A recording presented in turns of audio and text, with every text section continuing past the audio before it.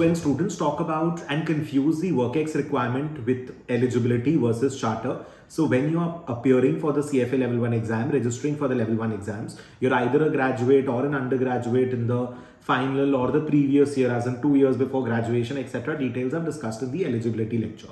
But when you're registering for the exam using the work experience aspect, so work experience to register for the CFA exam can be absolutely anything. You could be a lawyer, doctor, architect, anything.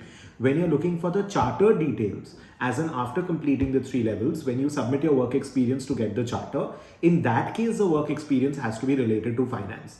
Ping the coordinator for charter details and she will send you the detailed understanding of submitting that work experience, right? So at the time of charter, we have to submit finance related work experience. But when you're talking about the eligibility to register for CFA level 1, your experience could be absolutely in anything. And even if you're not experienced, you're in college or a graduate, you can still register. The eligibility lecture covers that part. A lot of students ask me with regards to charter. So even if you've cleared the FRM Part 2 exam or CFA level 3 exam, the recruiter, let's say if you're applying for a job or your own company, the place where you're working, they already know that you have qualified 3 levels. So you can always write CFA level 3 pass or an FRM Part 2 pass. So you have qualified the exam against your name, comma, CFA or FRM. That is what you will need the charter for. At times, I know a lot of students, if the company does not require you to hold the charter, in that case, you can just get the charter once. And of course, the institute provides some recruitment related, etc. resources and help if you continue to be a member.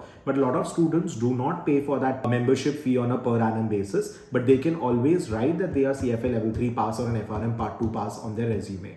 And most of the times, the company pays for the membership of its team members so as to be able to use the abbreviation against your name, to be able to use the designation against your name. So there is no mandate that you have to pay for the membership fees and have a charter every single year after you have passed all the levels of the exam. And with regards to work experience, so you pass all the 3 levels, you continue working. You don't have to do an articleship of sorts like in C or an internship. You can do your job, whatever role it is, however it is related to finance. And once you have the requisite work experience, then you can submit the details to the institute, which will generally ask for references, which is a teacher, a manager, etc. Your work experience related detail, explaining how your work is related to finance, and then you get the charter.